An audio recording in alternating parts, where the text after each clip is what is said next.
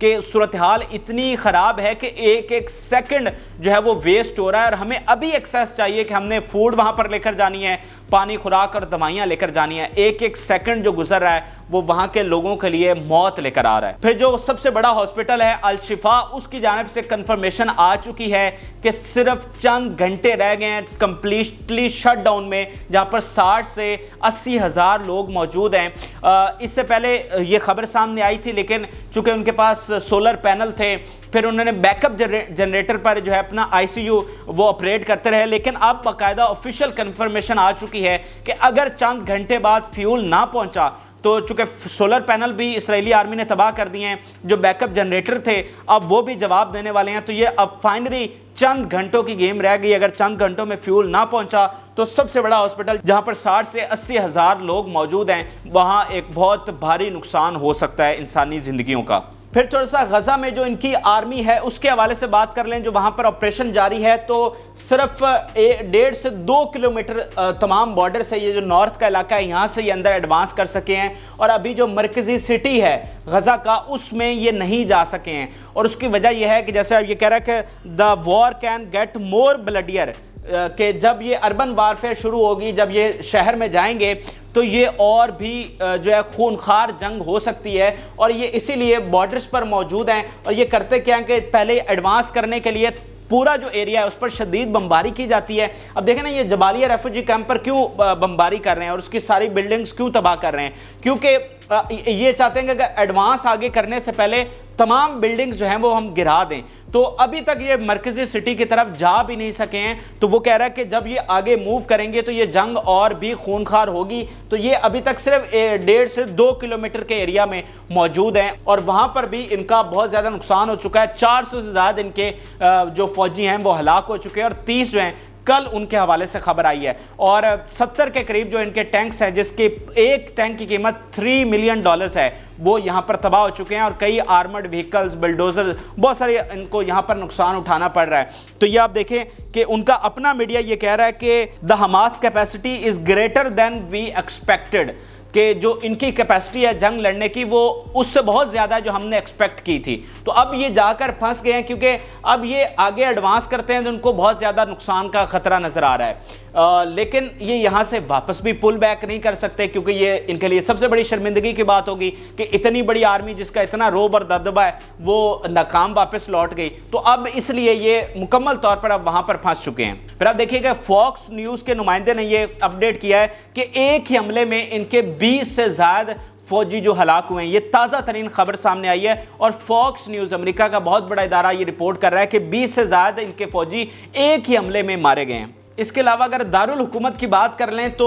اسرائیل کے دارالحکومت میں جو احتجاج ہے وہ بڑھتے چلے جا رہے ہیں، اور یہ سب سے بڑی پریشانی ہے۔ جو ہاسٹیجز مزاحمتی تحریک کے پاس ہیں ان کی جو فیملیز ہیں وہ بہت بڑا احتجاج ہر روز بڑھتا جا رہا ہے، وہ کہہ رہے ہیں کہ فل فار سیز فائر کرو، کیونکہ بدلے میں جو یہاں اسرائیل پر راکٹس فائر کیے جا رہے ہیں ان کی اپنی زندگی بڑی مشکل ہو گئی ہے، اور اب تو آئرن ڈوم بھی ناکام ہو گیا، یعنی جو آئرن ڈوم ہے وہ اپنے ہی لینڈ پر گرتا ہوا نظر آ رہا ہے، اور کل اس کے بہت زیادہ واقعات رپورٹ ہوئے ہیں جس میں آئرن ڈوم کے جو ہے وہ اپنے ہی لینڈ پر گرا، ایک گاؤں میں گرا، اس کے علاوہ شہر میں گرا، تو وہ اپنا ہی نقصان کرتا ہوا نظر آ رہا ہے، اور پھر ہر وقت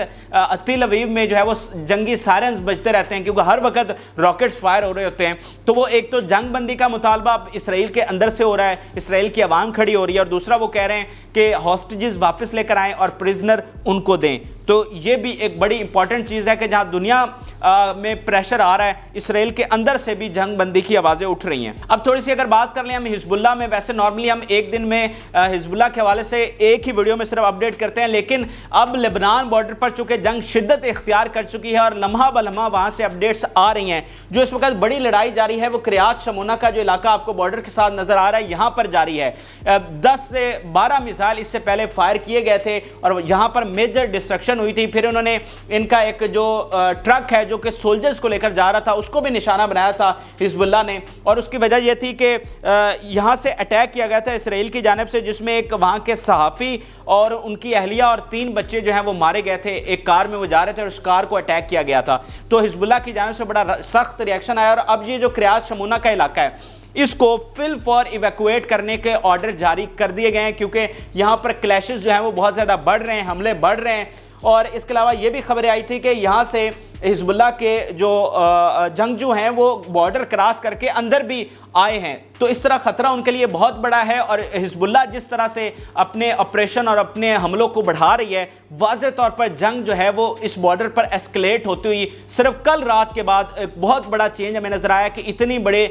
جو ہے وہ حملے شروع کر دیے گئے ہیں لبنان کی طرف سے۔ تو اس طرح یہ والا محاذ جو ہے وہ اس وقت پوری طرح سے خبروں میں ہے۔ اب تھوڑی سی بات کر لیں کہ بلنکن جو کہ مڈل ایسٹ کے دورے پر ہیں، انہیں ترکی میں بہت ہی شرمندگی اٹھانا پڑی۔ یہ آپ دیکھیے کہ very cold welcome of Blinken in Turkey. ایک تو یہ ہوا کہ یہ ترکی وہاں پر پہنچے ہیں تو ایئرپورٹ پر کوئی ہائی آفیشل موجود نہیں تھا ان کو ریسیو کرنے کے لیے، بڑے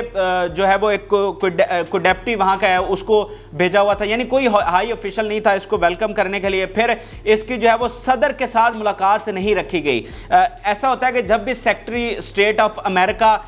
ترکی کے وزٹ پر آتا ہے تو اس کی لازماً پریزیڈنٹ کے ساتھ ملاقات ہوتی ہے، لیکن یہ اس کا پہلا وزٹ ہے جس میں پریزیڈنٹ کے ساتھ اس کی کوئی ملاقات شیڈیول نہیں ہے۔ اور جو فارن منسٹر کے ساتھ ملاقات ہوئی ہے اس میں بھی آپ پہلے تصویر دیکھ لیے کہ دونوں کی باڈی لینگویج کس طرح ہے۔ جو ترکی کے فارن منسٹر ہیں ان کا فیس ایکسپریشن دیکھیں اور ان کے آپ دیکھیں۔ تو اس کے علاوہ اس میٹنگ کا کوئی مشترکہ اعلامیہ جاری نہیں کیا گیا، لیکن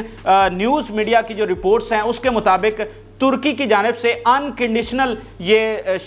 کہا گیا ہے کہ فل فور سیز فائر ہونا چاہیے، اگر یہ سیز فائر آپ نہیں کروا سکتے تو پھر ہم اگلا راستہ اختیار کریں گے۔ اور اس کے آپ یہ بھی دیکھیے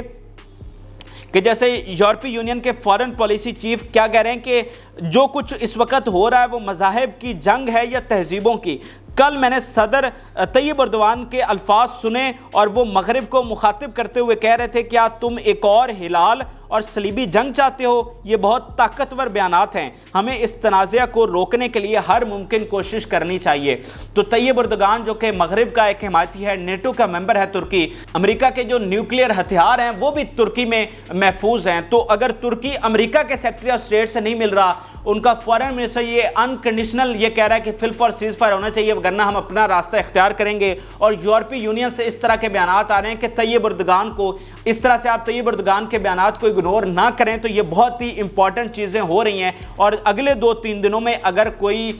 سالڈ ڈیولپمنٹ نہیں ہوتی اور سیز فائر کی طرف بات نہیں جاتی، جو کہ نظر نہیں آ رہی کہ نتن یاہو سیز فائر کی طرف جا رہا ہے، تو پھر ترکی جو کہ پہلی رپورٹس ہیں کہ یہاں پر جو مزاحمتی تحریک ہے اس کو ہتھیار بھیج رہا ہے انڈر دی ٹیبل، خفیہ طور پر مدد بھیج رہا ہے، تو وہ پھر اوپنلی بھی مدد بھیج سکتا ہے۔ اس کے علاوہ یہ بھی خبر آئی ہے کہ جو ترکی کے ایئر لائنز ہیں انہوں نے اناؤنسمنٹ کی ہے کہ جو اسرائیلی مشروبات ہیں یا ان کی پروڈکٹس ہیں وہ نہ ہی ان کی ایئر لائن میں استعمال کی جائیں گی، نہ ہی جو ایئرپورٹس کے لاؤنج ہیں وہاں پر وہ اویلیبل ہوں گی۔ تو ایک بڑے ایکشن جو ہیں وہ ترکی کی جانب سے ہمیں نظر آ رہے ہیں۔ پھر جو بلنکن نے ملاقات کی تھی عراقی پرائم منسٹر سے، اب اس ملاقات کے فوری بعد عراقی پرائم منسٹر جو ہیں وہ اس وقت تہران پہنچ چکے ہیں، جہاں وہ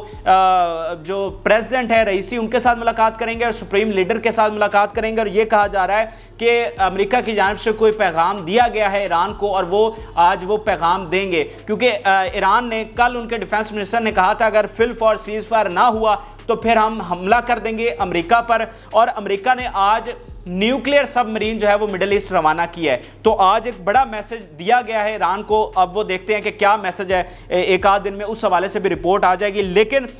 جو سپریم لیڈر ہیں ان کی جانب سے بیان ضرور آ چکا ہے اور انہوں نے بڑا واضح کر دیا ہے۔ یہ ایسے ٹائم پر بیان آیا کہ جب نیوکلیئر سب مرین امریکہ کی وہاں پر پہنچ چکی ہے، تو وہ کیا کہہ رہے ہیں، The Muslim world must increase political pressure on the US and Zionist regime to end the massacre of people in Gaza۔ اور امریکہ کے حوالے سے وہ کیا کہہ رہے ہیں، The US is the Zionist compliance in the crimes against Gaza. If their weapon supplies and political support stops, the Zionist regime will be incapable of continuing۔ تو وہ مکمل طور پر جو ذمہ دار ہے وہ یونائٹڈ اسٹیٹس آف امریکہ کو ٹھہرا رہے ہیں۔ تو اس صورتحال میں اگر کوئی اتنی بہادری سے اور دو ٹوک اگر کوئی بیان دے سکتا ہے اور للکار سکتا ہے تو وہ صرف ایران ہی ہے اس پورے ریجن میں، اور کوئی ایسا عرب یا اسلامی ملک نہیں ہے جس نے اس طرح سے للکارا ہو جب امریکہ ان کو ڈائریکٹ نیوکلیئر بم گرانے کی دھمکی دے رہا ہے۔ اس کے علاوہ جو اسلامی تعاون تنظیم ہے اس کا اجلاس جو ہے وہ ہنگامی طور پر بلا لیا گیا ہے، سعودی عرب میں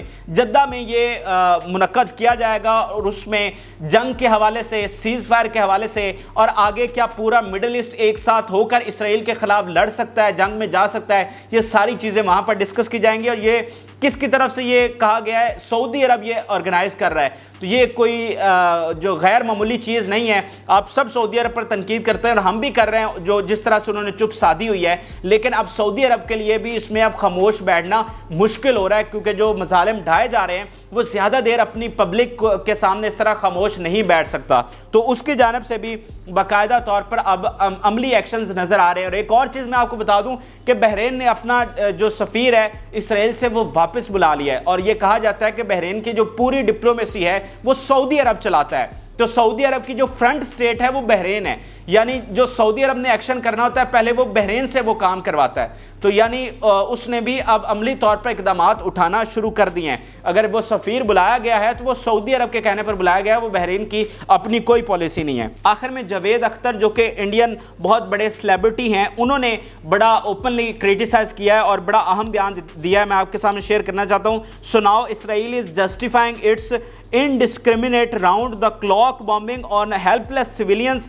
of Gaza by giving example of Hiroshima and Nagasaki, and the so-called civilized world is listening. They are the same people who teach us human rights. تو جاوید اختر بھی انڈیا سے بڑے کھل کر سامنے آئے ہیں اور انہوں نے اسرائیل کا جو پروپیگنڈا ہے، جو ان کا نیریٹو ہے، اس کو ایکسپوز کیا ہے، اور یہ اس طرح سے جو باضمیر لوگ دنیا میں اپنی آوازیں اٹھا رہے ہیں، یہ بہت ہی امپورٹنٹ چیزیں ہیں۔ تو یہ کچھ ڈیولپمنٹس تھیں تازہ ترین جو کہ آپ کے ساتھ شیئر کی۔ اگلی ویڈیو میں اور بھی بہت ساری چیزیں آپ کے ساتھ شیئر کریں گے۔ اجازت دیجیے، اللہ حافظ۔